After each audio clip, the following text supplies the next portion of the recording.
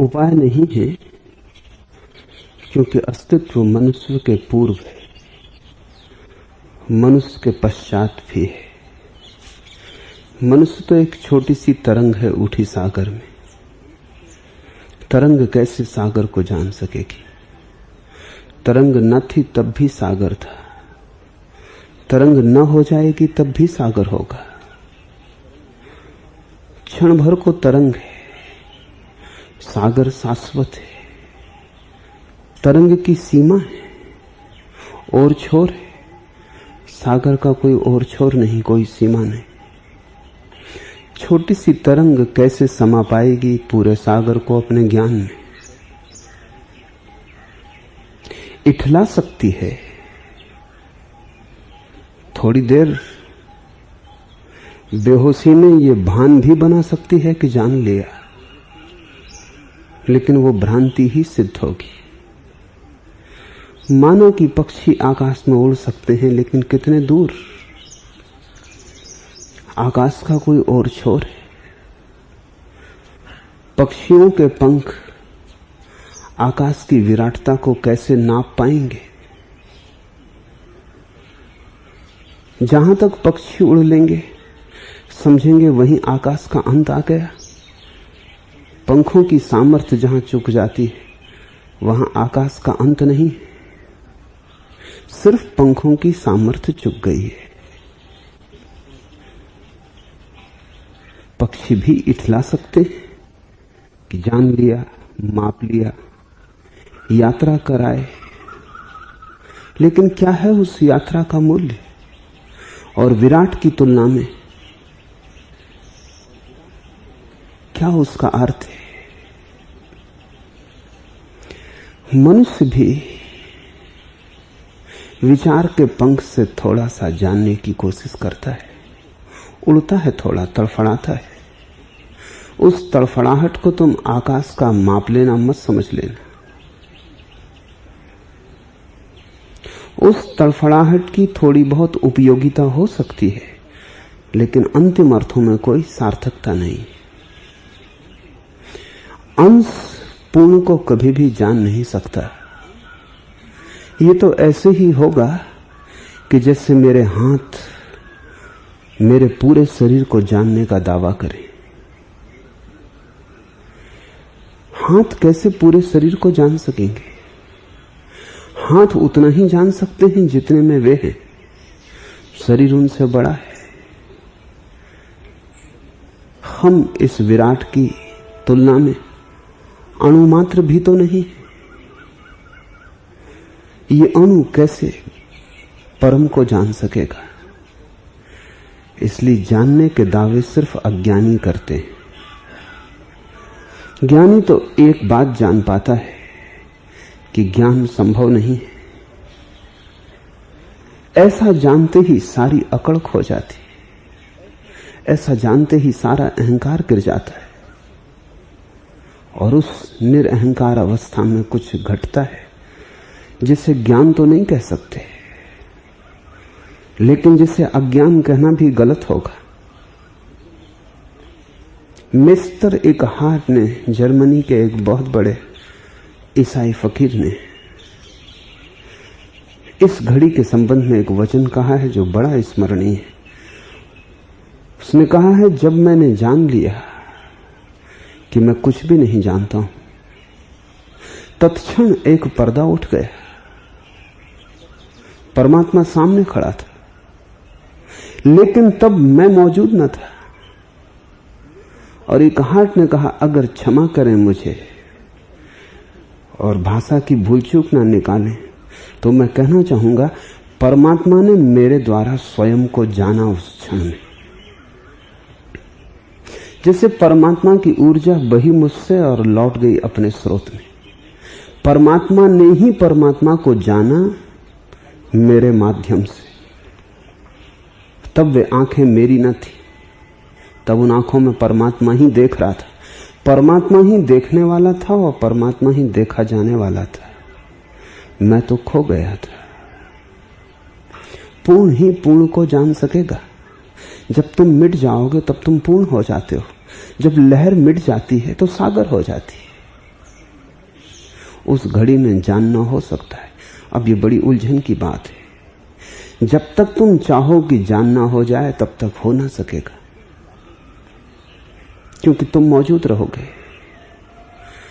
जब तुम राजी हो जाओगे अज्ञान के लिए भी, तभी तुम मिट जाओगे। ज्ञान अहंकार का सबसे बड़ा सहारा है। इसलिए धन छोड़ दो, कुछ भी ना होगा। धन छोड़कर यह मत सोचना कि अहंकार छूट गया। त्यागियों का अहंकार तो और भी गहन हो जाता है, क्योंकि त्यागियों को ख्याल होता है उनके पास त्याग है।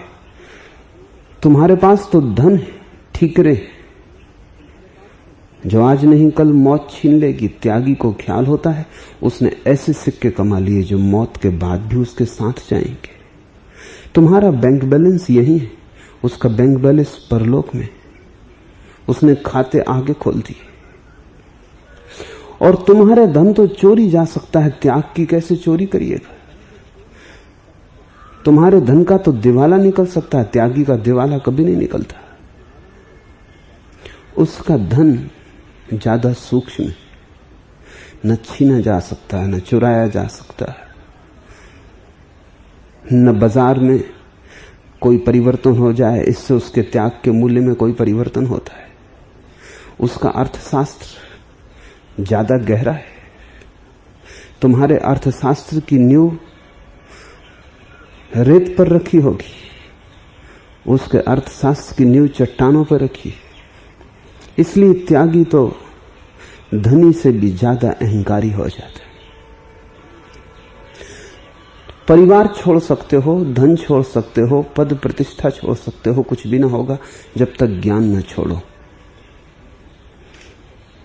क्योंकि ज्ञान गहरी से गहरी संपदा है और ज्ञान की अकड़ गहरी से गहरी है। इसलिए तुम अक्सर देखोगे कि पंडित चाहे फकीर हो, कपड़े लत्ते फटे पुराने हो, लेकिन उसकी अकड़ और है। ब्राह्मण की अकड़ पांडित्य की अकड़ से पैदा हुई। क्षत्रियों की तलवार में भी वो धार नहीं है जो ब्राह्मण के चेहरे पर होती है। बड़े से बड़े धनी के भी भीतर वैसा अहंकार नहीं है जो ब्राह्मण जब चलता है तो उसकी चाल में होता है। उसके पास कुछ भी नहीं है, लेकिन ज्ञान की संपदा है।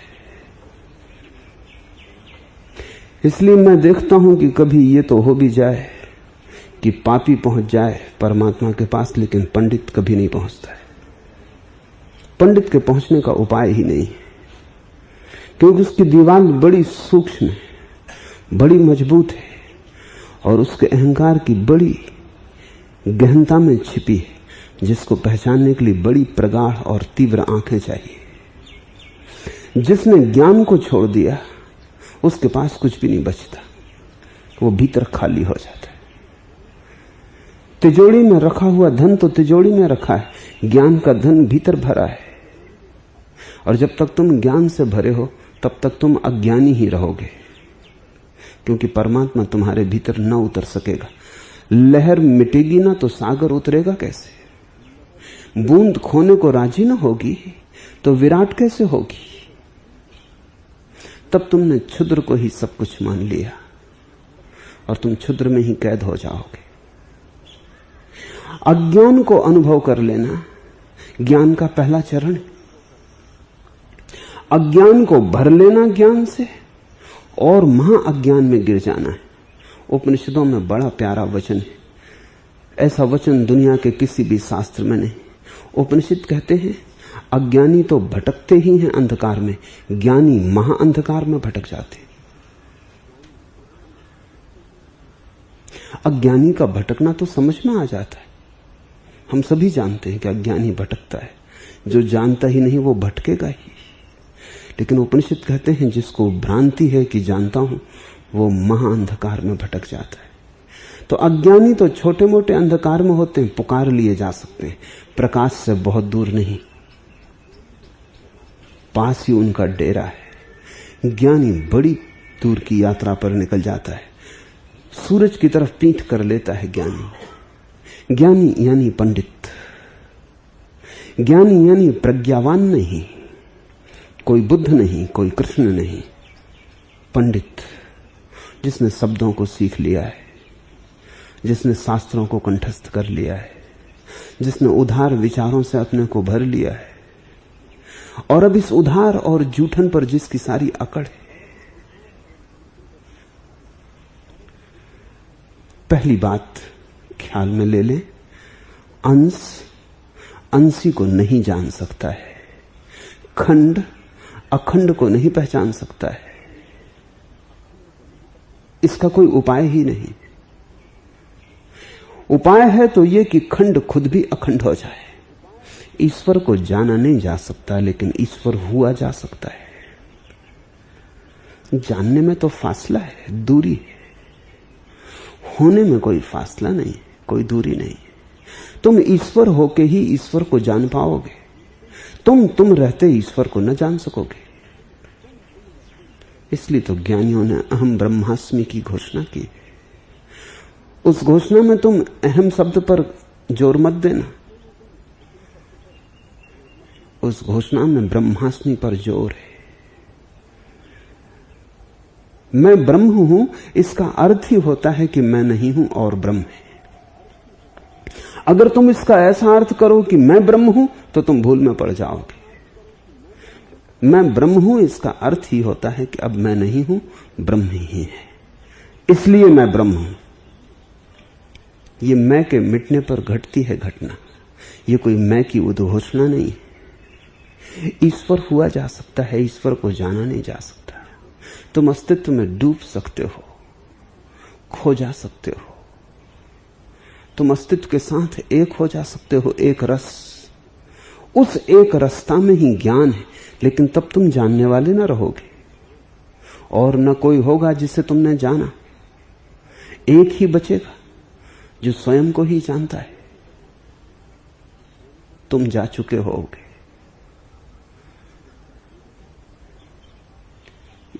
इसलिए अल्लाह उससे बहुत जोर देता है। अज्ञान से तो छूटना ही है, ज्ञान से भी छूटना। अज्ञान से छूटे ये काफी नहीं है, जरूरी है, पर्याप्त नहीं है। अभिज्ञान से भी छूटना है। बीमारी से तो छूटना ही है, औषधि से भी छूटना है। कुछ बीमार होते हैं कि बीमारी से छूट जाते हैं, फिर औषधि से उलझ जाते, फिर औषधि नहीं छूटती, क्योंकि डर लगता है अगर औषधि छोड़ी तो कहीं बीमारी ना लौट आए। तब फिर औषधि भी बीमारी हो गई। बीमारी से भी छूटना है और सजगता रखनी है कि औषधि से जकड़ ना हो जाए। कांटा पैर में लग जाए उसे तो निकालना ही है, लेकिन जिस कांटे से उसे निकालना है उसे घाव में नहीं रख लेना है।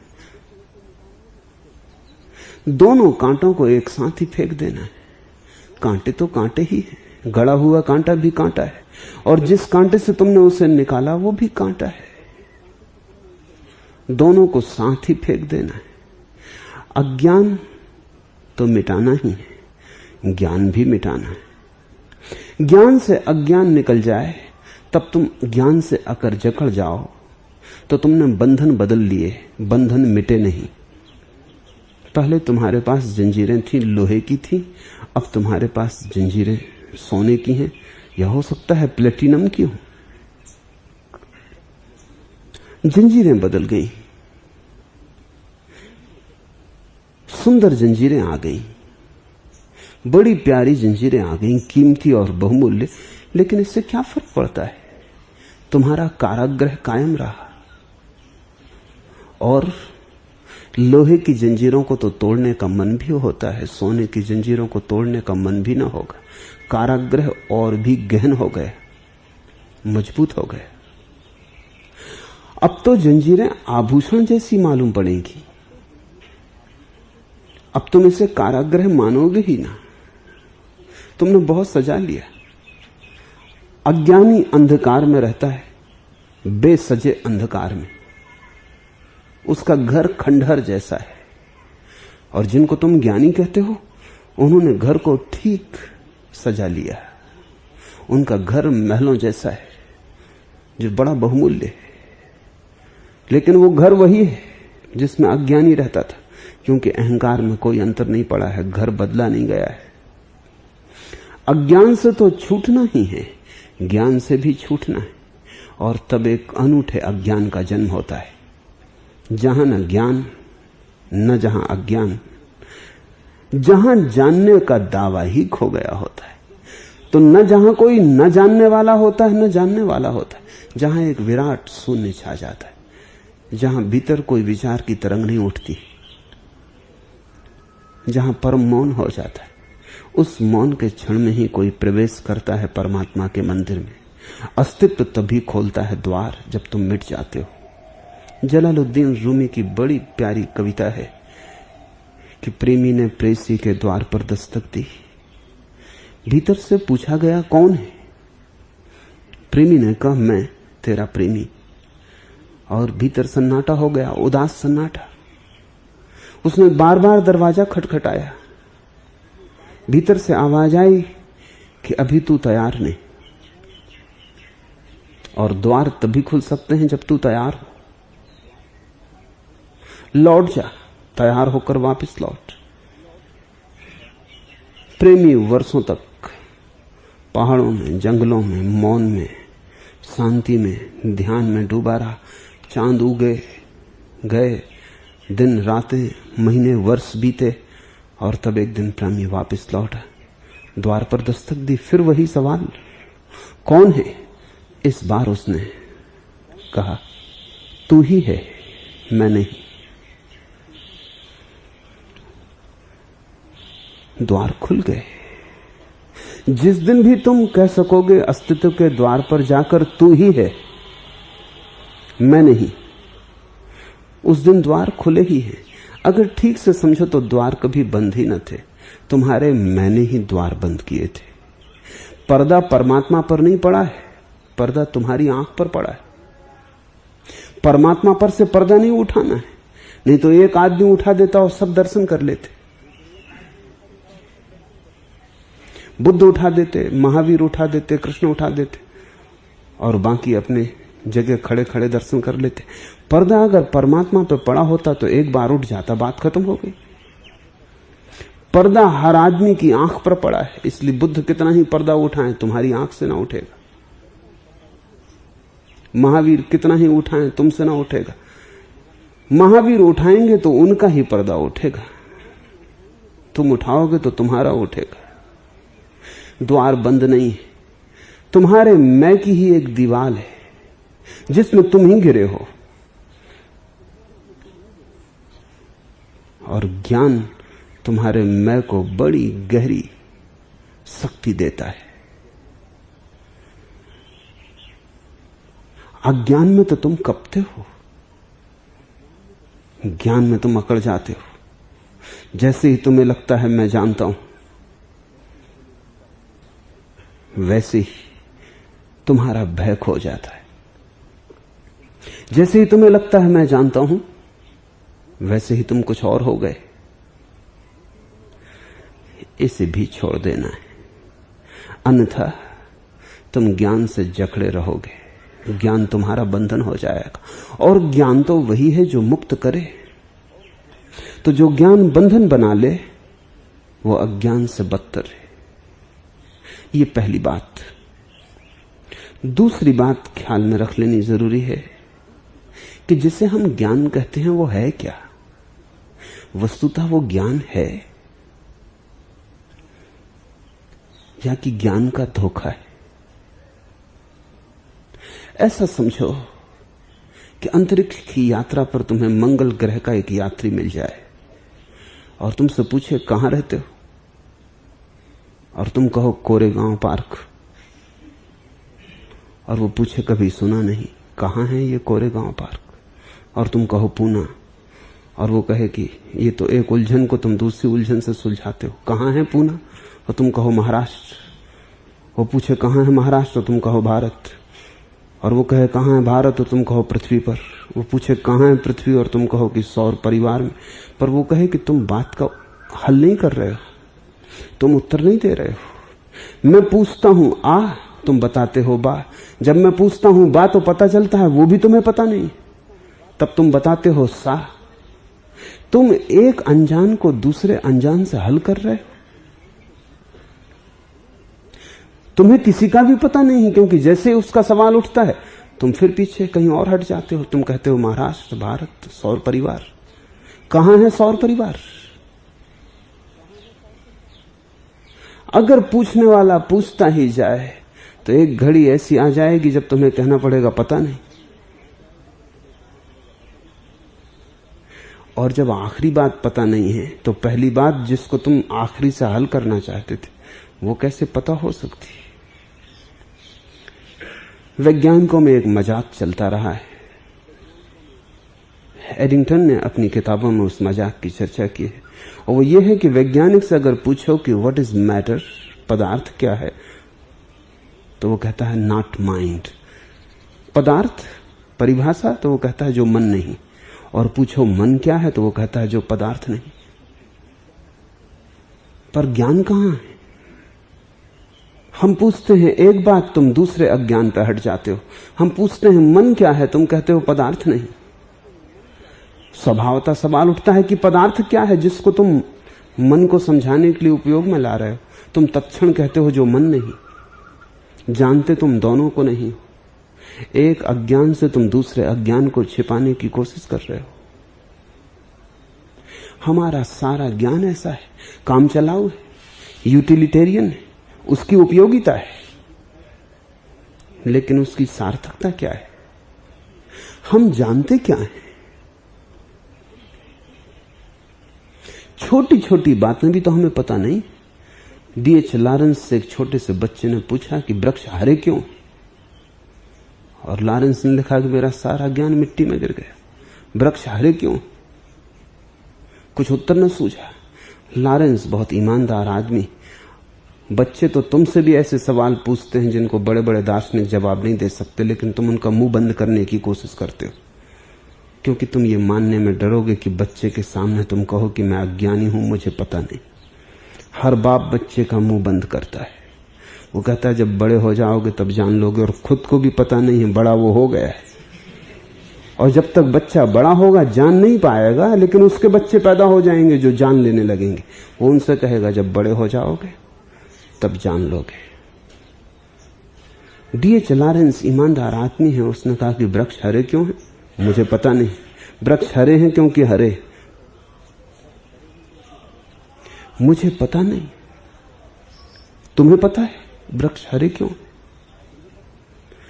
तुम कहोगे कि नहीं, वैज्ञानिक को पता है, वो बता देगा कि क्लोरोफिल के कारण वृक्ष हरे। लेकिन क्लोरोफिल वृक्षों में क्यों है? बात तो वहीं की वहीं रही, कोई हल नहीं होता इससे। हम पूछते हैं वृक्ष हरे क्यों है, तुम सवाल को एक कदम पीछे हटा देते हो। तुम कहते हो क्लोरोफिल के कारण, लेकिन क्लोरोफिल क्यों है वृक्षों में?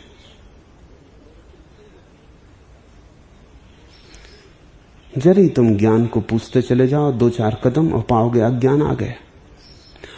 जहां जहां ज्ञान पाओ जरा पूछने की हिम्मत करना, 2-4 कदम भी न चल पाओगे कि अज्ञान आ जाएगा। और जैसे अज्ञान खुलेगा वैसे पता चलेगा कि ज्ञान सिर्फ ढांकना था। मैंने सुना है कि मुल्ला नसरुद्दीन बाजार गया था पत्नी के लिए साड़ी खरीदने।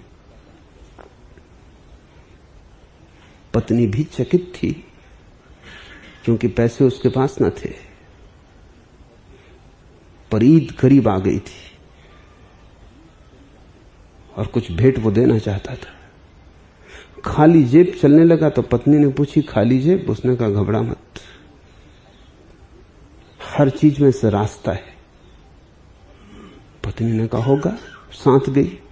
मुल्ला नसरुद्दीन ने 2 साड़ियां चुनी 150 रुपए की। पत्नी भी चकित हुई, इतनी कीमती साड़ी खरीद रहा, जेब खाली है। दुकानदार ने पैकेट भी बांध दिया, बिल भी तैयार करने लगा, तब उसने अचानक मन बदल लिया। उसने कहा कि ठहरो, बजाय 2 साड़ियों के 150 की मैं ये 300 की एक ही साड़ी ले लेता हूं। 300 की साड़ी बांध दी गई। दबा के साड़ी वो बाहर निकालने लगा। दुकानदार ने कहा सुनिए, आप पैसा चुकाना भूल गए। उसने कहा पैसा किस बात का? उन 2 साड़ियों के बदले में ली है। दुकानदार ने कहा वो तो आप ठीक कहते, लेकिन उन 2 का पैसा कहां चुकाया? उसने कहा जो खरीदी नहीं उनका पैसा क्यों चुकाएं, वो तो आपके पास ही। आदमी का सारा ज्ञान ऐसा गोल गोल है, किसी चीज का कुछ भी पता नहीं है, लेकिन सब चीजों पर हमने लेबल लगा दिए हैं कि पता है, जरूरी है। छोटा बच्चा जैसे पैदा होता तो हम एक नाम रख देते हैं कि राम, पता हमें कुछ भी नहीं कि इनका नाम क्या है, लेकिन बिना नाम के काम ना चलेगा। एक लेबल लगा दिया कि इनका नाम राम,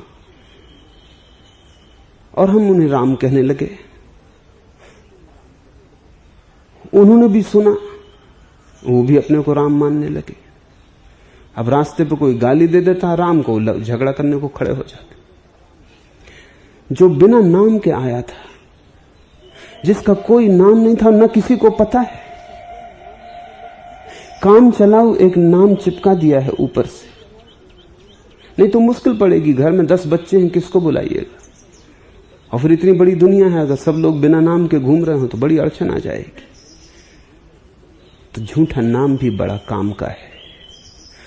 लेकिन फिर कोई गाली दे दे राम को तो वो लकड़ी लेके खड़े हैं, जान देने लेने को राजी, उस नाम के लिए जिसको वो लेके कभी आए न थे, उस नाम के लिए जिसको लेके वो कभी जाएंगे ना, जो कि बीच की दुनिया की उपयोगिता थी, जिसकी कोई सार्थकता नहीं थी। न तो नाम तुम्हारा है, न तुम्हारा कोई पता ठिकाना है कि तुम कहां से आए हो, कि तुम कहां जा रहे हो, कि तुम क्यों आए हो, कि तुम क्यों जी रहे हो, कि तुम क्यों मर रहे हो। गहन अज्ञान है, लेकिन अज्ञान से घबराहट होती, डर लगता है। तो हम अज्ञान के ऊपर ज्ञान को चिपका के बैठ गए, उससे थोड़ी सांत्वना मिलती है। सब चीजें मालूम होता है कि जानी पहचानी। अजनबी आदमी तुम्हें ट्रेन में मिल जाता है, तुम अगर अकेले डब्बे में हो तो पहला काम तुम करना चाहते हो कि जान लो इस आदमी का नाम क्या है, कहां का रहने वाला है, हिंदू है कि मुसलमान है कि ईसाई है। थोड़ा पता ठिकाना कर लो, क्योंकि अकेले इसके साथ बैठे हो, सो जाओ, बिस्तर उतार के ले जाए, पेटी खोल ले, क्या करे, गर्दन पे सवार हो जाए। थोड़ी जानकारी जरूरी। लेकिन जानकारी तुम किससे लोगे? उसी आदमी से। और जानकारी वो क्या दे सकता है? वो कहेगा हाँ मेरा नाम राम है, मैं हिंदू। अगर तुम भी हिंदू हो तो आश्वस्त हुए, अगर तुम मुसलमान हो तो दुश्मन कमरे में। इसे कुछ पता नहीं इसके नाम का, इसे कुछ पता नहीं इसके धर्म का। धर्म भी दिया हुआ है, वो भी माँ बाप दे रहे हैं, नाम भी माँ बाप दे रहे हैं। तुम्हारी सारी आइडेंटिटी, तुम्हारा सारा पता किसी के द्वारा दिया गया है। और पूछोगे किससे? तुम इसी आदमी से बातचीत कर लोगे, थोड़ी जान पहचान कर लोगे। अब ये आदमी अजनबी न रहा, लेकिन तुमने कभी सोचा कि जिस पत्नी के साथ तुम 30 साल से रह रहे हो वो अभी भी अजनबी है, स्ट्रेंजर है। जान क्या पाए हो? 30 साल रह के भी तो जानना संभव नहीं है। छोड़ो पत्नी को, अपने साथ तो तुम 50 साल से रह रहे हो, अपने को जान पाए हो? वो भी कुछ पता नहीं। पूछो किससे? तुम्हें खुद ही अपना पता नहीं है, तुम पूछोगे किससे? और जब तुम्हें पता नहीं तो किसको पता होगा? मैंने सुना है कि मुल्ला नसरुद्दीन पोस्ट ऑफिस गया एक पार्सल छुड़ाने। क्लर्क ने गौर से देखा, आदमी थोड़ा संदिग्ध मालूम पड़ा। उसने कहा कि लेकिन पक्का क्या कि ये नाम तुम्हारा ही है और नाम तुम्हारी पार्सल है? उसने कहा कि प्रमाण है। जेब से उसने अपना पासपोर्ट निकाला, खोल के बताया कि देख लो ये फोटो। उस क्लर्क ने गौर से फोटो देखा, नसरुद्दीन की तरफ देखा, कहा कि बिल्कुल तुम ही हो। पार्सल दे दी। अब मजा यह है कि तुम पूछोगे किससे? नसरुद्दीन से पूछ रहे हो, उसी का पासपोर्ट, उसी का फोटो है, मान लिया। लेकिन यह आदमी नसरुद्दीन है जिसके नाम पार्सल है, इसका क्या प्रमाण है? कोई भी प्रमाण नहीं है, लेकिन जिंदगी चल रही है। जिंदगी बिना प्रमाण के चल जाती है, लेकिन सत्य की खोज बिना प्रमाण के ना चलेगी। तुम जो भी जानते हो उससे तुमने किसी तरह जिंदगी में काम चला लिया है, लेकिन क्या वो ज्ञान है? क्या जानते हो तुम? अब तक दुनिया में हजारों तरह की ज्ञान की धाराएं बनी और सब एक समय के बाद अंधविश्वास हो जाती। कभी वो ज्ञान की धाराएं थी, अब वो अंधविश्वास है। दुनिया ने जितनी चीजों को अब तक ज्ञान समझा था, सब कचरे की टोकरी में जा चुका है। और तुम ये मत सोचना कि जिसे तुम ज्ञान समझ रहे हो वो कचरे की टोकरी में नहीं चला जाएगा, वो भी रोज जा रहा है। वैज्ञानिक कहते हैं कि अब तो विज्ञान पे भी भरोसा करना मुश्किल है, क्योंकि हर दिन सब बदल जाता है। विज्ञान पर बड़ी किताबें लिखना मुश्किल हो गया, क्योंकि जब तक किताब पूरी होगी तब तक विज्ञान बदल जाता है। तो छोटी छोटी किताबें लिखी जाती हैं, पीरियोडिकल्स में लेख लिखे जाते हैं, बिल्कुल छोटे, क्योंकि इसके पहले की लेख छपे कहीं ऐसा ना हो कि बात बदल जाए। इतनी जल्दी सब करना पड़ता है। 300 साल में विज्ञान 30,000 बार बदल चुका है। कुछ भी तय नहीं, सब बदल रहा है। और जो कल सही था वो आज गलत हो जाता है। जो आज गलत है वो कल सही हो सकता है, जो आज सही है वो कल गलत हो सकता है। आदमी का ज्ञान काम चलाऊ है, उसके ज्ञान में कभी भी जड़ें न होंगी, हो नहीं सकती। परमात्मा ही जान सकता है ठीक ठीक क्या है। आदमी तो बाहर बाहर घूमता है, कुछ भी इकट्ठा कर लेता है, भरोसा कर लेता है कि ज्ञान है, काम चला लेता है, काम भी चल जाता है। और यही कठिनाई है कि जिन चीजों से काम चल जाता है हम समझते हैं कि वो ठीक होनी चाहिए, सत्य होनी चाहिए। जरूरी नहीं। तुम्हारा भरोसा कि वो सत्य है काफी है, उनका सत्य होना जरूरी नहीं। देखो दुनिया में कितनी पैथीज हैं, एलोपैथी है, आयुर्वेद है, यूनानी है, होम्योपैथी है, नेचुरोपैथी है, अकुपंचर है, और हजार।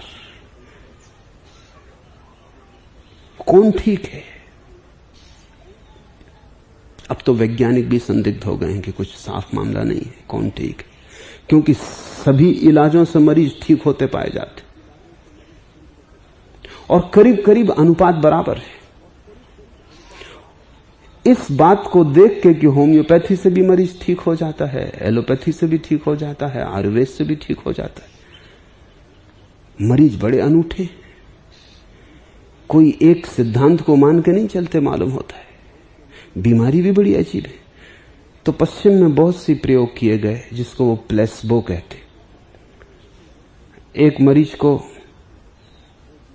एलोपैथी की दवा दी जाती है, उसी बीमारी के दूसरे मरीज को सिर्फ पानी दिया जाता है और बताया नहीं जाता कि किसको दवा दी जा रही, किसको पानी दिया जा रहा है। बड़े हैरानी है, 70% दोनों ठीक हो जाते। पानी जिसको मिलता है वो भी उतनी ठीक हो जाता है, जिसको दवा मिलती है वो भी उतनी ठीक हो जाता है। तो ऐसा लगता है कि आदमी ठीक होना चाहता है इसलिए ठीक हो जाता है। और जिसका जिस पे भरोसा हो, अगर होम्योपैथी पे तुम्हें भरोसा है तो एलोपैथी तुम्हें ठीक न कर पाएगी। अगर एलोपैथी पे तुम्हें भरोसा है तो होम्योपैथी तुम्हें ठीक न कर पाएगी। तुम्हारा भरोसा ही तुम्हें ठीक करता है। इसलिए तो राख भी दे देता है कोई तो कभी काम कर जाती। मैं एक साधु को जानता हूं, उन्होंने मुझे कहा, ग्रामीण हिस्से में रहते हैं, बड़े सरल आदमी हैं, बेपढ़ा लिखा इलाका है, आदिमवासी हैं सब आसपास बस्तर में जहां उनका निवास है, बेपढ़े लिखे लोग, जंगली लोग। उन्होंने मुझे कहा कि एक दफे एक आदमी आया, लगता था कि वो क्षय रोग से बीमार है, उनको औषधि का थोड़ा ज्ञान है, तो उन्होंने कुछ दवा, अब वहां कुछ था नहीं लिखने को, ईंट का एक टुकड़ा पड़ा था, उस ईंट के टुकड़े पर ही उन्होंने लिख दिया कि तुम जाके बाजार से और ये दवा ले लेना। वो आदमी गैर पढ़ा लिखा, वो को समझा नहीं कि क्या मामला है। वो घर गया, उसने समझा कि ये ईंट दवा है, उसको घोंट घोंट के वो पी गया। जब 3 महीने में बिल्कुल ठीक हो गया तब वो आया कि थोड़ी औषधि और दे दें, ऐसे तो मैं बिल्कुल ठीक हो गया। उन्होंने कहा भाई औषधि तो बाजार में मिलेगी, बाजार जाने की क्या जरूरत, आपने दी थी वो काम कर गई। उन्होंने पूछा क्या किया तुमने, उसने कहा कि हम तो घोल घोल के पी गए उसको और बिल्कुल ठीक हो गए, और बिल्कुल ठीक था, चंगा खड़ा था। तो वो साधु मुझसे कह रहे थे कि फिर मैंने उचित समझा कहना कि वो ईंट थी और उसको पीने से टीबी ठीक नहीं होती, लेकिन जब हो ही गई तो अब कुछ कहना ठीक नहीं, अब चुप ही रह जाना उचित है। और एक ईंट के टुकड़े पर वही मंत्र लिख के दे दिया जो पहले लिखा था, वही दवाई का नाम, क्योंकि उसने कहा कि मंत्र लिख देना। ईंट तो हमारे गांव में भी है, लेकिन मंत्र सिक्त बात ही और है। अब तो प्लेसबो पर सारी दुनिया में प्रयोग हुए हैं और पाया गया है कि कोई भी दवा हो 70% मरीज तो ठीक होते ही हैं, इसलिए दवा का कोई बड़ा सवाल नहीं मालूम पड़ता। क्या ज्ञान है? बुद्ध ने ज्ञान की परिभाषा की है जिससे काम चल जाए। ये समझ में आती परिभाषा। ज्ञान का यह अर्थ नहीं कि यह सत्य है, ज्ञान का इतना ही अर्थ है कि जिससे काम चल जाए, वही ज्ञान है। काम चलाओ ज्ञान है। जब काम न चले तो अज्ञान हो जाता है वही, जब काम चला देता है तो ज्ञान हो जाता है वही। डॉक्टरों को पता है कि जब भी कोई नई दवा निकलती है तो पहले 3-4 महीने बहुत काम करती है, फिर धीरे धीरे असर कम होने लगता है। दवा वही, असर क्यों कम होने लगता है? पहले जब दवा निकलती नई दवा तो 3-4 महीने तो ऐसा काम करती जादू का कि लगता है कि अब इससे बेहतर दवा इस बीमारी के लिए नहीं हो सकेगी, क्योंकि डॉक्टर भी नए के भरोसे से भरा होता है, मरीज भी नई दवा के भरोसे से भरा होता है। और जब मरीज शुरू में ठीक होते हैं तो दूसरे मरीजों में भी संक्रामक खबर फैल जाती कि ये दवा काम करती, लेकिन फिर धीरे धीरे उत्साह तो सभी चीजों में क्षीण हो जाता है। 4-6 महीने में डॉक्टर का उत्साह भी क्षीण हो जाता है। 1-2 मरीज ऐसे भी निकल आते हैं जिनको तुम ठीक ही नहीं कर सकते, उनके कारण दवा पे भरोसा गिर जाता है। जिद्दी तो सब जगह होते हैं, 30% लोग जिद्दी होते हैं हर चीज में, बीमारी में भी। 100 में से 70 आदमी जिद्दी नहीं होते, 30 आदमी जिद्दी होते हैं। वो किसी चीज में भरोसा नहीं उनका, वो पक्के नास्तिक हैं हर चीज में, हर चीज को वो इंकार की भाषा में देखते, इस कारण उन पर कोई परिणाम नहीं होता। जैसे वो आदमी आ गए और उन पर परिणाम न हुआ, मरीजों में भी खबर पहुंच जाती कि अब काम ना हो सकेगा, ये दवा भी गई, तब तत्क्षण दूसरी दवा खोजनी पड़ती। जो काम करे वो ज्ञान, मगर ये तो बड़ी कमजोर परिभाषा हुई। ज्ञान की परिभाषा तो होनी चाहिए जो सदा है, वही ज्ञान। लेकिन वैसा ज्ञान तो मनुष्य के पास नहीं। वैसा ज्ञान तो तभी उपलब्ध होता है जब तुम अपनी मनुष्यता को भी छोड़ के अतिक्रमण कर जाते और तुम्हारी जानकारियां सिर्फ अज्ञान को छिपाने के उपाय हैं। उससे तुम जी लेते हो सुविधा से, लेकिन सुविधा से जी लेने का नाम जीवन के रहस्य को जान लेना नहीं। ये दूसरी बात। और तीसरी बात, फिर हम सूत्र में प्रवेश करें। जब भी तुम किसी चीज को जानते हो तो जानने का अर्थ ही होता है कि तुम में और जिसे तुम जान रहे हो एक फासला है। वहां तुम बैठे हो, मैं तुम्हें देख रहा हूं, यहां मैं बैठा हूं, तुम मुझे देख रहे हो। अगर हम बहुत करीब आ जाएं तो देखना कम होने लगेगा। अगर हम अपने चेहरे बिल्कुल करीब कर लें तो हम देख ही ना पाएंगे। अगर हम दोनों की आंखें इतने करीब आ जाएं कि एक दूसरे को छूने लगें तो फिर कुछ भी ना दिखाई पड़ेगा। ज्ञान के लिए फासला चाहिए, दूरी चाहिए। और यही अड़चन है, क्योंकि जिससे हम दूर हैं उसे हम जान कैसे सकेंगे। इंद्रियां उसे ही जान सकती हैं जो दूर है, और परमात्मा को, सत्य को जानने का एक ही उपाय है कि वो इतने पास आ जाए, इतने पास आ जाए कि हम और उसके बीच कोई भी रत्ती भर का फासला न रहे। तो परमात्मा को इंद्रियों से न जाना जा सकेगा, क्योंकि इंद्रियां तो दूर को ही जान सकती हैं। अतीन्द्रिय अनुभव से ही परमात्मा को जाना जा सकेगा। लेकिन तुम्हारा तो सारा ज्ञान इंद्रियों का है। कुछ तुमने आंख से जाना है, कुछ हाथ से जाना है, कुछ कान से जाना है, लेकिन सब जाना है इंद्रियों से। इंद्रियां मन के द्वार हैं। जो जो इंद्रियां जान के लाती हैं मन को दे देती हैं, मन ज्ञानी बन जाता है। मन के पीछे छिपी है तुम्हारी चेतना। और एक और ज्ञान है जो दूरी से नहीं जाना जाता, जो पास होने से जाना जाता, जो प्रेम जैसा है, ज्ञान जैसा कम। परमात्मा को तो प्रार्थना में जाना जा सकेगा, जब हृदय भरा होगा गहन प्रेम से। परमात्मा को आंखों से तो नहीं देखा जा सकता है। आंखों से तो जो देखा जा सकता है वो संसार है। या चाहो तो ऐसा कहो कि आंखों से जब तुम परमात्मा को देखते हो तो जो तुम्हें दिखाई पड़ता है वो परमात्मा का एक अंश है, संसार। जब तुम आंख बंद करके देखोगे तब तुम उसे देख पाओगे जो परमात्मा है।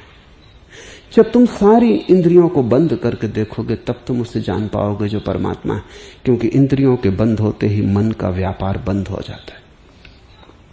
विज्ञान, ज्ञान सब इंद्रियों के ही माध्यम से जाने गए। इसलिए लाओस से कहता है ज्ञानी का पहला लक्षण है ये जान लेना कि जो हम जानते हैं वो ज्ञान नहीं है। और इस ज्ञान से हमारा छुटकारा हो तो फिर परम ज्ञान की दिशा में पैर बढ़े। जिसने इसी को ज्ञान समझ लिया वो इसे छाती से लगा के बैठ जाता है, वो इसे मंजिल समझ लेता है, फिर यात्रा अवरुद्ध हो जाती है। अब हम लाओसे के सूत्र को समझें।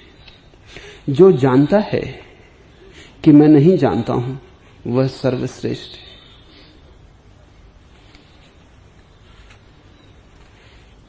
इस ज्ञान को लाओसे सर्वश्रेष्ठ ज्ञान कहता है, इस जानने को कि मैं नहीं जानता हूं। अज्ञानी है, ज्ञानी है और परम ज्ञानी है। अज्ञानी का अर्थ है जो जानता भी नहीं लेकिन ये भी नहीं जानता कि मैं नहीं जानता हूं। ज्ञानी का अर्थ है जो जानता नहीं लेकिन जानता है कि जानता हूं। परम ज्ञानी का अर्थ है जो जानता है कि नहीं जानता हूं। तो परम ज्ञानी में एक बात तो अज्ञानी की है, नहीं जानता हूं, और एक बात ज्ञानी की है कि जानता हूं।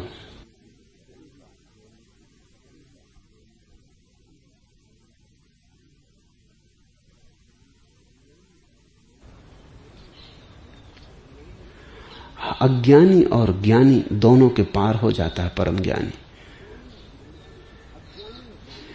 अज्ञानी जानता नहीं लेकिन यह भी नहीं जानता कि मैं नहीं जानता हूं। परम ज्ञानी भी नहीं जानता लेकिन जानता है कि नहीं जानता हूं। ज्ञानी जानता नहीं लेकिन जानता है कि जानता हूं। परम ज्ञानी इतना ही जानता है कि नहीं जानता हूं। इन दोनों के समन्वय में परम ज्ञान की प्रज्ञा का प्रज्वलन होता है। सुकरात ने कहा है कि जब मैं जवान था तब मैं जानता था मैं सब जानता हूं। ऐसा कुछ भी न था जो मेरी जवानी की अकड़ में मैं न जानता हूं। फिर मैं बूढ़ा हुआ तब धीरे धीरे मेरे ज्ञान के भवन की ईंटें गिरने लगी। प्रौढ़ता आई, हिम्मत आई स्वीकार करने की कि बहुत सी बातें मैं नहीं जानता हूं। और जैसे ही हिम्मत आई वैसे ही पता लगा कि जानता तो बहुत कम हूं, न जानना तो बहुत बड़ा है। और आखिरी क्षणों में सुकरात ने कहा है कि अब जबकि जीवन की धारा पूरी जा चुकी, जब मैं अब परिपूर्ण रूप से विनम्र हो गया हूं, वो दंभ और अहंकार खो गया, शरीर और मन की अकड़ जाती रही और मौत ने द्वार पर दस्तक दे दी है, तो अब मैं कह देना चाहता हूं संसार को कि मैं सिर्फ एक ही बात जानता हूं कि मैं कुछ भी नहीं जानता। ऐसा हुआ कि यूनान में एक बहुत प्रसिद्ध मंदिर है, डेल्फी का मंदिर। उस मंदिर के पुजारी पर देवी का अवतरण होता था, और वो मंदिर का पुजारी जब देवी का अवतरण होता था तो कई तरह की घोषणाएं करता था, वो सदा सच होती थी। कुछ लोग डेल्फी के मंदिर गए थे, जो भी लोग पूछते थे देवी की आविष्ट अवस्था में पुजारी उत्तर देता था। किसी ने यह पूछ लिया कि यूनान में सबसे बड़ा ज्ञानी कौन है, तो पुजारी ने कहा यह भी कोई पूछने की बात है, सुकरात परम ज्ञानी। वे लोग डेल्फी के मंदिर से वापस आए, उन्होंने सुकरात से कहा कि डेल्फी के पुजारी ने देवी की आविष्ट दशा में घोषणा की कि तुम सबसे बड़े ज्ञानी हो। सुकरात ने कहा कहीं जरूर कुछ भूल हो गई होगी, तुम वापस जाओ और पुजारी को कहो कि सुकरात तो स्वयं कहता है कि मुझसे बड़ा अज्ञानी और कोई भी नहीं, मैं कुछ भी नहीं जानता हूं। लोग वापस गए। लोगों ने पुजारी को कहा कि आप तो कहते हैं, लेकिन खुद सुकरात इंकार करता है, और एक उसने कहा कि कहीं कोई भूल हो गई, तुम जाओ वापस और जाके बता दो कि सुकरात ने तो कहा है कि मैं इतना ही भर जानता हूं कि कुछ भी नहीं जानता, मुझसे बड़ा अज्ञानी कौन है। डेल्फी के मंदिर की देवी हंसी और उसने कहा इसीलिए तो हम उसे परम ज्ञानी कहते, इसीलिए कि सुकरात स्वयं कहता है कि मैं अज्ञानी हूं, इसलिए तो हमने उसे परम ज्ञानी कहा है। भूल कहीं भी नहीं हुई है, और हमारे वक्तव्य में और सुकरात के वक्तव्य में विरोध नहीं है। सुकरात जो कह रहा है उसी के कारण तो हम कहते हैं वो परम ज्ञानी। अगर उसने स्वीकार कर लिया होता दुर्भाग्य से कि वो परम ज्ञानी है, तो हमें अपना वक्तव्य बदलना पड़ता, फिर वो ज्ञानी न रह जाता। ज्ञान विनम्र है, ज्ञान आत्यंतिक रूप से विनम्र है। ज्ञान का कोई भी दावा नहीं है। जो जानता है कि मैं नहीं जानता हूं वह सर्वश्रेष्ठ है, लेकिन ध्यान रखना, सर्वश्रेष्ठ होने के लिए ऐसी घोषणा मत करना, अन्यथा चूक जाओगे। आदमी का मन बहुत बेईमान है। इस वचन को पढ़ के तुम्हें भी लग सकता है तब तो बात सीधी साफ है। घोषणा कर दो कि मैं कुछ भी नहीं जानता हूं और सरलता से सर्वश्रेष्ठ हो जाओ। सर्वश्रेष्ठ होने के लिए ऐसी घोषणा की तब तो तुम चूक गए। यह सर्वश्रेष्ठ होने का उपाय नहीं है। ऐसा जिसके जीवन में घट जाता है, सर्वश्रेष्ठता छाया की भांति उसका पीछा करती। यह परिणाम है, उपाय नहीं। तुम सर्वश्रेष्ठ होने के लिए अगर अज्ञान का दावा करोगे तो वो दावा भी ज्ञान का ही दावा है और अहंकार का ही दावा है। तुम ये मत सोचना कि ज्ञान का ही दावा हो सकता है। आदमी चालाक है, अज्ञान का भी दावा कर सकता है, लेकिन दावे में बात है। और अगर सर्वश्रेष्ठ होने के लिए ही दावा कर रहे हो तो कठिनाई में पड़ जाओगे। और बहुत से धार्मिक लोगों को मैं ऐसी कठिनाई में पड़ा देखता हूं। मेरे पास धार्मिक लोग आ जाते, मुझसे आके कहते हैं कि पापी तो सुख में और हम पुण्य कर रहे हैं फिर भी दुख में, और शास्त्रों में कहा है पुण्यात्मा को सुख मिलता है, स्वर्ग मिलता है। वो सुख और स्वर्ग पाने के लिए पुण्य कर रहे हैं, वहीं चूक हो गई। पुण्य का पहला लक्षण तो यह है कि वो निर्लोभ होगा। अगर पुण्य भी लोभी हो तो पाप और पुण्य में फर्क क्या है? अब वो देख रहे हैं बैठे, राह लगाए हुए, हिसाब किताब किए हुए बैठे कि इतना पुण्य कर दिया और अभी तक सुख नहीं मिला। और शास्त्र में लिखा है सुख मिलेगा। और जब सुख ही नहीं मिल रहा तो स्वर्ग का क्या भरोसा करें? जब अभी नहीं मिल रहा तो आगे का क्या भरोसा करें?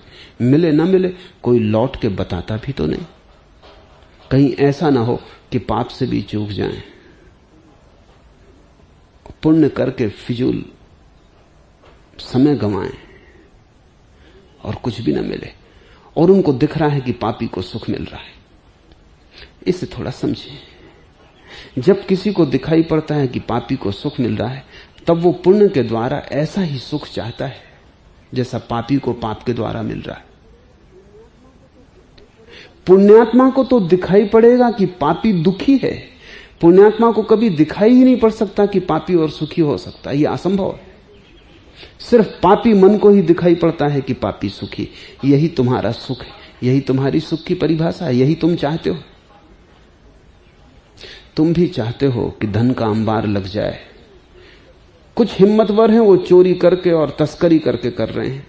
तुम जरा कमजोर हिम्मत के हो, तुम दान दक्षिणा देके कर रहे हो, लेकिन चाहते तुम वही हो। तुम जरा डरे हुए आदमी हो, कायर हो, कहीं पकड़ा ना जाओ, तो तुम सुगम उपाय खोज रहे हो। कुछ लोग पुलिस के अधिकारियों को रुष्वत देके कर रहे हैं, तुम परमात्मा को रुष्वत देके कर रहे हो, बाकी तुम करना वही चाहते हो। तुम्हारे मन के तर्क में जरा भी भेद नहीं है और तुम्हारी आकांक्षा भी वही है। तुम बिना दांव पे अपने को लगाए पापी का सुख पाना चाहते हो। तुम ज्यादा चालाक हो। पापी तो सीधा साधा है, उसके गणित में बहुत जटिलता नहीं। उसे जो चाहिए वो पागल होकर कर रहा है, चाहे किसी भी तरह मिले, एन के एन प्रकारेण कुछ भी हो परिणाम, वो लगा है। चोरी करेगा, डांका डालेगा, सब करेगा।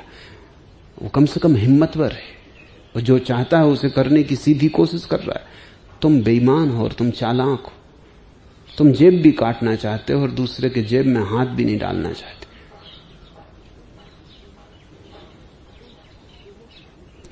तुम चाहते हो कि दूसरे की जेब अचानक तुम्हारी जेब में अपने आप उलट जाए, या दूसरा खुद अपनी जेब में हाथ डाले, तुम्हारी जेब में पैसे रख दे। और तुम कर क्या रहे हो इसके लिए? तुम सुबह रोज बैठ के आधा घंटा राम राम राम राम कर लेते हो, या थोड़े से चने फुटाने रख लिए हैं, वो तुम भिखारियों को बांट देते हो, या जो दवाइयां तुम्हारे घर में काम नहीं आई तुम अस्पताल में दे आते हो, या जो कपड़े अब तुम्हारे योग नहीं रहे वो तुम दान कर देते हो, बांग्लादेश भेज देते हो। तुम्हारा पुण्य बड़ा दीन है और भीतर तुम्हारा वही मन छिपा है जो पापी का है। तब तुम चिंता में पड़ते हो। अगर तुमने सच में ही पुण्य किया हो तो पुण्य के करने में ही महासुख बरस जाता है। कहीं बाद में थोड़ी सुख मिलने वाला है। स्वर्ग कल थोड़ी मिलने वाला है। न तो स्वर्ग कल है और न नरक कल है। तुम जो करते हो उस कृत्य में ही तो तुम पर दुख या सुख बरस जाता है। कभी चोरी करके देखो, तब तुम पाओगे कैसी छाती धड़कती है, कैसी चिंता, बेचैनी, परेशानी, घबराहट, भय। सो नहीं सकते, खुद के ही पैरों से डर जाते हो और चौंक जाते हो। खुद की आवाज डराती। वो जो चोरी कर रहा है, तुम उसका भवन ही मत देखो कि उसने बड़ा भवन बना दिया है। तुम उसकी अंतरात्मा भी देखो कि प्रतिपल वो गल रहा है और प्रतिपल घाव बन रहे हैं और प्रतिपल डरा हुआ है, बेचैन है, परेशान है, कप रहा है। तुम उसके वस्त्र मत देखो, तुम उसके प्राण देखो।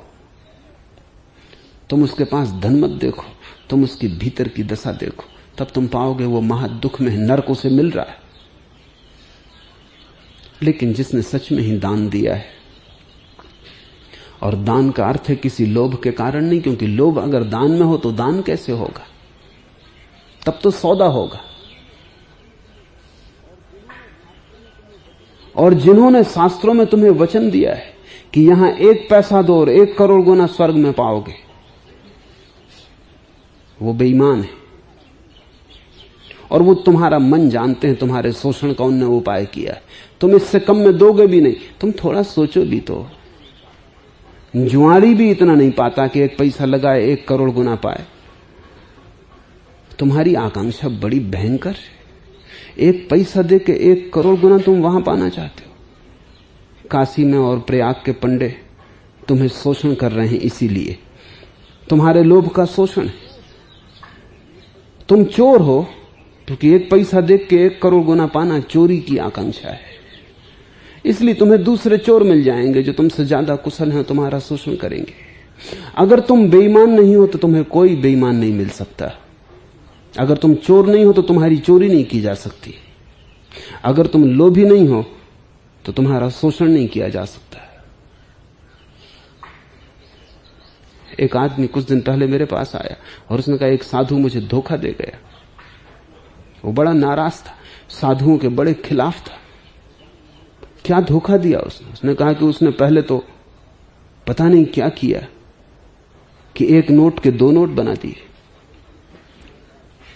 और फिर उसने कहा कि तुम्हारे पास जितने नोट हो सब ले आओ, मैं दोहरे कर देता। तो हमने सब जो भी घर में जेवर जवाहरात था सब बेच दिया, सबके नोट कर लिए, और वो आदमी सब लेके नदारत हो गया। वो बड़ा बेईमान था। तो बेईमान तुम हो, वो नंबर 2 था। तुम 100 के नोट के 2 नोट बनाना चाहते थे, इस बात को तुम नहीं सोचते, और उसको तुम बेईमान कह रहे हो। अगर तुम ना हो तो उसके होने का कोई उपाय नहीं, इसलिए तुम आधार हो, तुम जड़ हो। और सजा अगर मिलनी चाहिए तो मुझसे अगर सजा मिलती हो तो पहले तुम, फिर हम उसको देखेंगे, लेकिन पहले तुम सजावार। तुम 100 रुपए के 200 रुपए करना चाहते थे, इसमें तुम्हें बेईमानी ना दिखाई पड़ी? और जो ऐसा करने आएगा वो साधु होगा? तो वो आदमी साधु नहीं था, ये तुम भी जानते हो। तुम भी साधु नहीं हो, तुम भी जानते हो। तुम दोनों गुंडे हो, दोनों का मेल मिल जाता है। पापी को तुम देखते हो कि सुख पा रहा है, इसका मतलब है कि वही सुख तुम्हारी भी आकांक्षा है। नहीं, कोई पापी कभी सुख नहीं पाता। पुण्य के अतिरिक्त कोई सुख है ही नहीं। लेकिन पुण्य तक उठना बड़ा कठिन है। पुण्य का अर्थ है निर्लोभ दान। पुण्य का अर्थ है जो तुम्हारे पास है उसमें दूसरे को सहभागी बनाना। पुण्य का अर्थ है जो सुख तुम्हें मिला है उसमें दूसरे को साझी बनाना, बेशर्त, कुछ पाने की आकांक्षा से नहीं। कभी तुमने ख्याल किया हो कोई रास्ते पे गिर पड़ा और तुमने उसे हाथ का सहारा देकर उठा दिया, उस क्षण अचानक तुम स्वर्ग में पहुंच जाते हो। कुछ भी तुमने किया नहीं है, सिर्फ हाथ बढ़ा दिया और उसे उठा लिया, लेकिन तुम्हारी चाल बदल जाती, तुम्हारे भीतर की उदासी टूट जाती। जैसे सुबह हो गई अचानक, जैसे बादल घिरे थे आकाश में और थोड़ा सा बादल फट गए और तुम्हें नीला आकाश दिखाई पड़ा। न तो उस समय तुम्हें पुण्य का ख्याल था, न शास्त्र का ख्याल था, बस सहज मनुष्यता के कारण घट गया। कोई आदमी गिर रहा था, तुमने उठा लिया। तुमने सोचा भी ना कि इस समय फोटोग्राफर आसपास है या नहीं, कोई अखबार वाला है या नहीं, खाली सड़क पर उठाने का फायदा क्या है। उस वक्त तुमने ये भी ना सोचा कि परमात्मा का कोई आदमी लिख रहा है इस समय या नहीं। तुमने ये भी खड़े होकर विचार न किया कि इसको उठाएंगे तो क्या लाभ होगा भविष्य में। तुमने कुछ सोचा ही ना। अनसोचे क्षण में तुम झुके, तुमने उठा लिया। तुमने धन्यवाद की भी आकांक्षा ना की, तुम अपनी राह चले गए। अगर उस आदमी ने धन्यवाद भी ना दिया तो भी तुम्हें मन में ऐसा ना लगा कि कैसा आदमी था, मैंने इतना सहारा दिया, इसने धन्यवाद भी ना दिया। अगर तुम्हें इतना भी लग जाए कि इसने धन्यवाद नहीं दिया तो तुम चूक गए। तब स्वर्ग बिल्कुल पास था और तुम फिर नरक में गिर गए। स्वर्ग होने का एक ढंग है, नरक भी होने का एक ढंग है। इसलिए ख्याल रखना, लोभ के कारण दान दोगे तो वो लोभ का ही विस्तार है। अगर तुम सर्वश्रेष्ठ होने के लिए ऐसी धारणा अपने मन में जमा लो कि मैं कुछ भी नहीं जानता हूं, तो तो इससे तुम सर्वश्रेष्ठ भी ना हो जाओगे और न जानने का वो अमृत तुम्हें मिलेगा, न जानने की वो गहन शांति तुम्हें मिलेगी। तुम चूक जाओगे। और सभी शास्त्रों के साथ तुमने ऐसा ही किया है। तुम अपनी ही समझदारी से ना समझो, तुम अपनी कुशलता से चूकते हो। मेरे पास लोग आते हैं, उनसे मैं कहता हूं कि ध्यान तो घटित होगा, लेकिन तुम ध्यान की बहुत अपेक्षा मत करो, क्योंकि अपेक्षा बाधा बन जाएगी। अगर तुम शांत होकर बैठे हो तो तुम बहुत ज्यादा आकांक्षा मत करो कि कब शांत होंगे। शांति की बात ही छोड़ दो, तुम सिर्फ शांत होकर बैठ जाओ, जब होंगे होंगे, जल्दी मत करो। तो वो कहते हैं अच्छा ऐसा ही करेंगे। 2-4 दिन बाद आकर वो कहते हैं जैसा आपने कहा था वैसे ही किया, लेकिन शांति अभी तक नहीं आई। चूकते ही जाते हैं। वो भी किया, लेकिन पीछे खड़े वो देखते ही रहे कि शांति आ रही कि नहीं। 4 दिन हो गए अभी तक नहीं आई। शांति आती है उन क्षणों में जब तुम बिल्कुल मौजूद नहीं होते। तुम्हारी मौजूदगी अशांति है। जब तुम इतने गैर मौजूद हो जाते हो, सारी आकांक्षाएं, वासनाएं, चिंताएं छोड़ के बैठ रहते हो, जैसे कुछ करने को नहीं है, कुछ होने को नहीं है, कहीं जाने को नहीं है, कुछ पाने को नहीं है। जब तुम ऐसे बैठ रहते हो, अचानक तुम पाते हो वर्षा होने लगी, मेघ घिर गए, शांति सब तरफ बरस रही। तुम सरोबोर हुए जा रहे हो, तुम मदमस्त हुए जा रहे हो। लेकिन जीवन में जो भी घटता है सर्वश्रेष्ठ, वो तुम्हारे कारण नहीं घटता। तुम्हारे कारण तो निकृष्ट ही घटता है। इसलिए तो ज्ञानियों ने कहा है कि परम ज्ञान या परम अनुभूति प्रसाद है परमात्मा का, हमारा प्रयास नहीं। तो तुम सर्वश्रेष्ठ होने के लिए मत अज्ञान की घोषणा कर देना। हां, अज्ञान की घोषणा तुम्हारे जीवन में आ जाए तो तुम सर्वश्रेष्ठ हो जाओगे, वो परिणाम है। जो उसे भी जानने का ढोंग करता है, जो वो नहीं जानता, वह मन से रुग्ण है। लाओ से कहता है वो बीमार है, उसे मनोचिकित्सा की जरूरत है।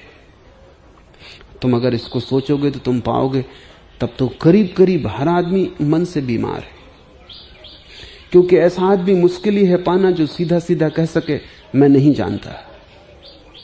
तुमसे अगर कोई पूछता है परमात्मा है, तो तुमने कभी ये जवाब दिया कि मैं नहीं जानता? नहीं।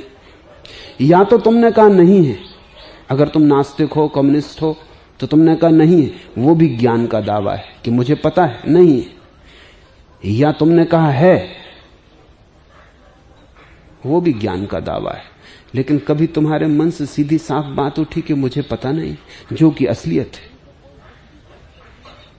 तुमसे कोई कुछ भी पूछे, उत्तर देने की बड़ी जल्दी और तैयारी है। ऐसा क्षण नहीं आता जब तुम निरुत्तर खड़े रह जाओ और वास्तविक रूप से कह दो कि नहीं मुझे पता नहीं।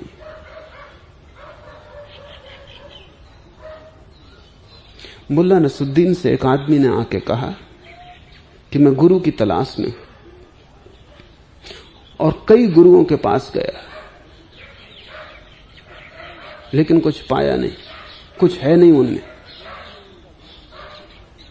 जल्दी ही उनका ज्ञान चुक जाता है। कोई रहस्य नहीं है ऐसा जो चुके ही ना। तो किसी ने तुम्हारी मुझे खबर थी कि तुम्हारे पास बड़ा रहस्यपूर्ण गुप्त ज्ञान है, तो मैं उसी को जानने आया हूं। नसरुद्दीन ने कहा कि ठीक, तो मेरी सेवा में रहो, तैयारी करो। जब तुम तैयार हो जाओगे तब मैं गुप्त ज्ञान तुम्हें दे दूंगा। उस आदमी ने कहा कि ठीक है, सेवा शुरू करने के पहले मैं ये भी पूछ लेना चाहता हूं कि तैयारी की कसौटी, मापदंड क्या होगा कि मैं तैयार हो गए? नसरुद्दीन ने कहा मापदंड यह होगा, जिस दिन तुम ये कहने के लिए हिम्मत जुटा सकोगे कि जो गुप्त ज्ञान मैं तुम्हें दे रहा हूं तुम उसे गुप्त रखने में समर्थ हो गए हो और किसी को बताओगे नहीं, आदमी ने कहा कि बात बिल्कुल ठीक है। 3 वर्ष सेवा की, बार बार उसने पूछा। नसरुद्दीन ने कहा रुको, तैयार हो जाओ। आखिर 3 वर्ष पर उसने कहा मैं बिल्कुल तैयार हो गया हूं, और आप जो भी ज्ञान मुझे देंगे मैं उसे गुप्त रखूंगा। नसरुद्दीन ने कहा तब बात खत्म हो गई, क्योंकि मेरे गुरु ने भी मुझसे यही कहा था कि जो भी ज्ञान मैं तुम्हें दे रहा हूं गुप्त रखना। मैं भी गुप्त रखे हूं, और तुम गुप्त रख सकते हो तो मैं भी गुप्त रख सकता हूं। तुमने मुझे समझा क्या है?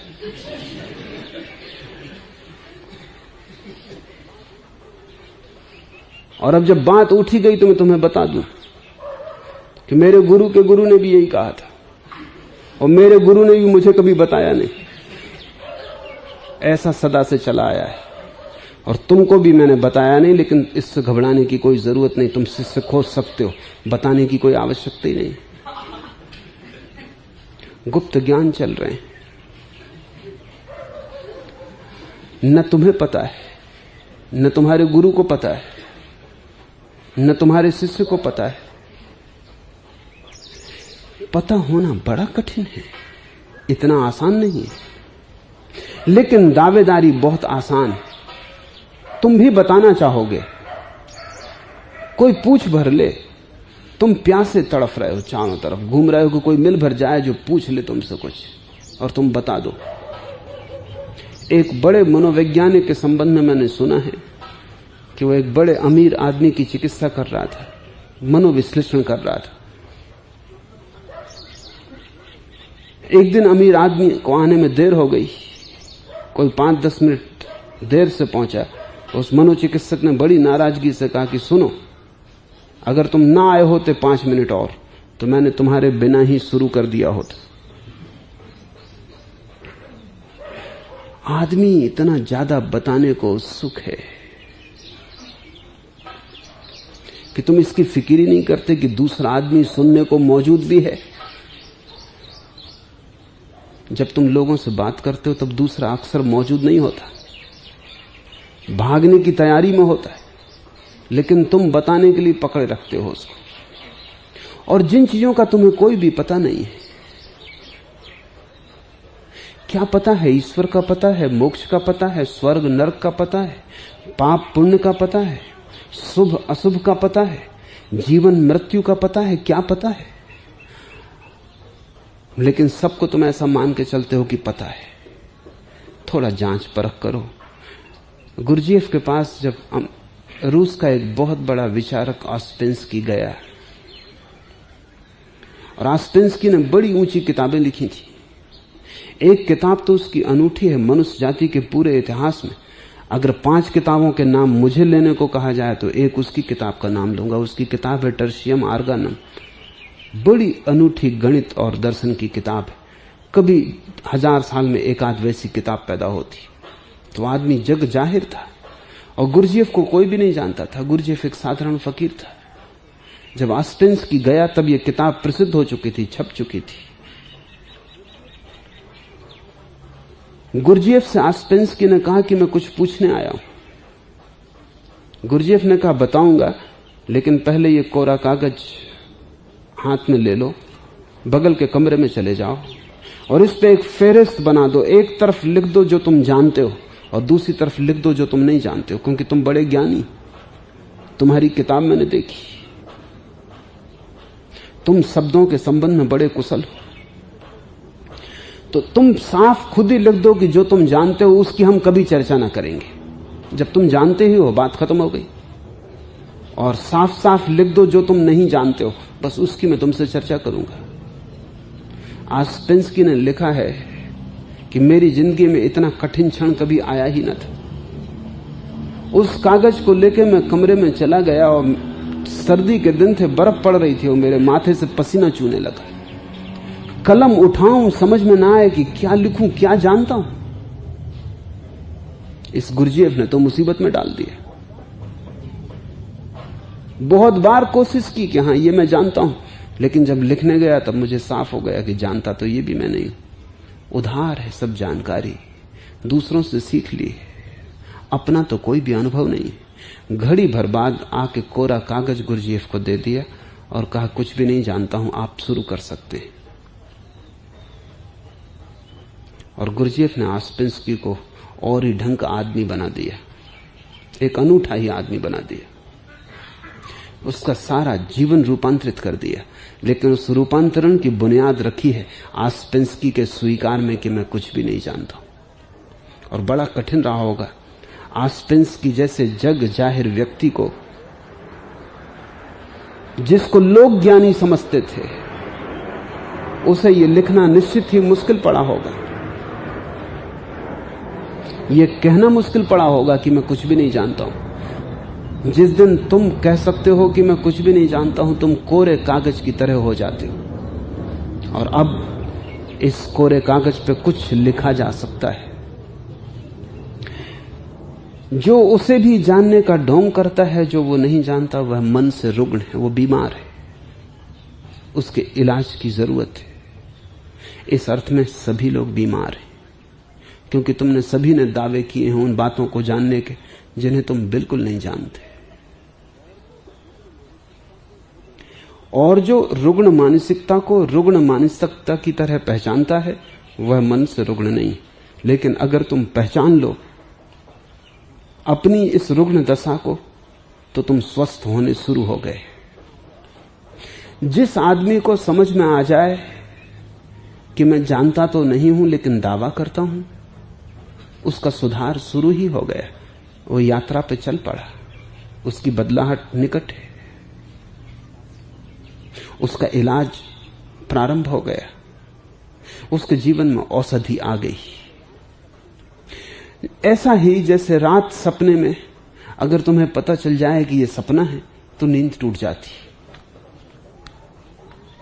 जब तक पता चलता है यह सपना नहीं है, सत्य है, तभी तक नींद रहती। पता चलना शुरू हुआ कि सपना है कि सपना गया, तुम आधे जागे हो ही गए।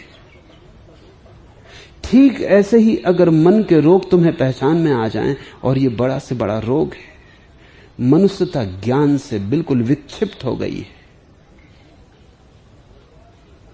तुम्हें समझ में आ जाए कि ये रोग है, जानता तो मैं कुछ भी नहीं हूं, तत्क्षण तुम सरल होने लगोगे, तुम्हारी ग्रंथियां खुल जाएंगी। संत मन से रुग्ण नहीं है। और लाओ से कहता है वही संत है जो साफ साफ जानता है कि मैं कुछ भी नहीं जानता। जितना तुम जागोगे उतना ही तुम्हें पता चलेगा कि तुम क्या जानते हो। एक ऐसी घड़ी आती है कि सब ज्ञान खो जाता है, तुम परम अज्ञान में खड़े रह जाते हो। उस परम अज्ञान के मौन का कोई मुकाबला नहीं, उस परम अज्ञान की शांति का कोई मुकाबला नहीं। उस परम अज्ञान में बड़ा प्रकाश है और तुम्हारे ज्ञान में महाअंधकार था। उस परम ज्ञान या परम अज्ञान के क्षण में अचानक तुम खो गए, मिट गए, पिघल गए, और तुम्हारी जगह कुछ और अवतरित होने लगा। वही सत्य है, वही ब्रह्म। संत मन से रुग्ण नहीं,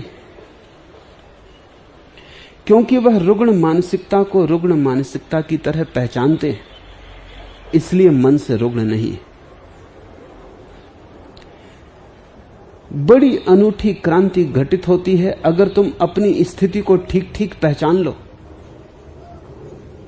स्थिति को ठीक ठीक पहचान लेना, क्रांति शुरू हो गई। अगर कोई पागल आदमी मान ले और जान ले कि पागल है, वो आदमी ठीक होना शुरू हो गया। पागल कभी नहीं मानते।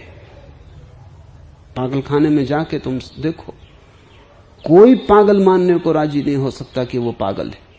सारी दुनिया को पागल समझता, खुद को पागल नहीं समझता। जो लोग पागलों की चिकित्सा करते हैं वो कहते हैं जब कोई पागल ये समझने लगता है कि वो पागल है, तब हम जानते हैं कि अब वो ठीक होने के करीब आ गए। क्योंकि इतना होश आ जाना कि मैं पागल हूं काफी ठीक हो जाना है। कौन जानेगा कि मैं पागल हूं? जो जान रहा है वो पागलपन से अलग हो गया, भिन्न हो गया। मन दूर रह गया, चेतना ऊपर उठ गई। तभी तो चेतना जान सकती है कि मैं पागल हूं। अब ये तो बड़ी अद्भुत बात हो गई। ये तो ऐसा उल्टा हो गया हिसाब कि जो समझते हैं कि हम पागल नहीं हैं वो पागल है, और जो समझते हैं कि हम पागल हैं वो पागल नहीं। तुम्हें कभी ख्याल आया कि तुम पागल हो? कभी तुम शांत हो के भीतर मन को देखे कि कितना पागलपन चल रहा है? कभी एक कोरे कागज को लेके बैठ जाओ और मन में जो भी चलता हो लिख डालो, जैसा चलता हो वैसे ही लिख डालो, जरा भी बदलो मत। तुम बड़े हैरान होगे, तुम पाओगे कि ये तो बिल्कुल पागलपन है। लेकिन तुम पीठ किए खड़े हो अपने ही मन की तरफ, और तुम्हारा पागलपन बढ़ता जाता है। हर आदमी पागल होने के करीब है। मनस्विद कहते हैं कि 100 में से 75 आदमी बिल्कुल पागलपन के करीब ही खड़े। जरा सा धक्का, दिवाला निकल जाए, पत्नी मर जाए, बच्चा मर जाए, कोई एक्सीडेंट हो जाए, आग लग जाए मकान में, जरा सा धक्का और वो पागल हो जाएंगे। वो 99 डिग्री पर है, 1 डिग्री और 100 डिग्री पर वो पागल हो जाएंगे। हर आदमी करीब करीब पागलपन के करीब है, मगर पता किसी को भी नहीं। मजे से तुम जिए चले जाते हो, अपने पागलपन को भीतर दबाए रखते हो, बाहर एक चेहरा बनाए रखते हो। इस चेहरे के पीछे झांकना जरूरी है, अन्यथा खतरा है कि तुम कभी पागल हो जाओगे। या तो मनुष्य विक्षिप्त हो सकता है या विमुक्त हो सकता है। 2 उपाय। जो विमुक्त न होगा वो विक्षिप्त हो जाएगा, और जिसे विक्षिप्त होने से बचना हो उसे विमुक्त होने की चेष्टा करनी चाहिए। और विमुक्त होने का पहला लक्षण कि तुम अपने पागलपन को ठीक ठीक पहचान लो, सब तरफ से उसका निरीक्षण कर लो। इस निरीक्षण में ही तुम पाओगे कि तुम मालिक होने लगे। मन का ठीक ठीक निरीक्षण तुम्हें मन का मालिक बना देगा। और अगर तुम अपने रोग को जान लो जैसा रोग है, तो एक बड़ी सूत्र की बात है। शरीर की चिकित्सा में निदान के बाद औषधि की जरूरत पड़ती, डायग्नोसिस पहले। और जो लोग शरीर की चिकित्सा करते हैं उन्हें पता है कि असली चीज डायग्नोसिस है, निदान बड़ी से बड़ी चीज है। औषधि तो कोई भी बता देगा। एक दफा निदान हो जाए बीमारी का, तो ठीक से समझा जाए तो 90% तो निदान और 10% औषधि। शरीर की चिकित्सा में, मन की चिकित्सा में सूत्र और भी गहन है। वहां तो 100% निदान, क्योंकि निदान ही वहां चिकित्सा है। तुम अगर ठीक से जान लो कि तुम्हारी बीमारी क्या है, बात समाप्त हो गई। तुम सचेतन हो जाओ बीमारी के प्रति, तुम्हारी सचेतना की अग्नि में ही बीमारी राख हो जाती। इसलिए ज्ञानियों ने एक ही बात कही है बार बार, 1000 बार, कि तुम जाग जाओ तो मन समाप्त हो जाता है, तुम होश से भर जाओ। बस इतना ही काफी है। बुद्ध ने कहा है सम्यक स्मृति, राइट माइंडफुलनेस। कृष्णमूर्ति चिल्लाए चले जाते हैं अवेयरनेस, जागो, होश संभाल लो। कबीर कहते हैं सुरति, होश। महावीर से किसी ने पूछा साधु कौन? तो महावीर ने कहा असुत्ता मुनि, जो सोया हुआ नहीं वो साधु, वो मुनि। और असाधु कौन? तो महावीर ने कहा सुत्ता अमुनि, जो सोया हुआ है, जो जागा हुआ नहीं, वो असाधु। महावीर ने यह नहीं कहा कि जो बुरा करता है वो असाधु। महावीर ने यह नहीं कहा कि जो भला करता है वो साधु। महावीर ने कहा जो जागा हुआ है वो साधु, और जो सोया हुआ है वो असाधु। तुम्हारे सोए होने में ही सारा रोग है, तुम्हारे जागने में ही निदान है। आज इतना ही।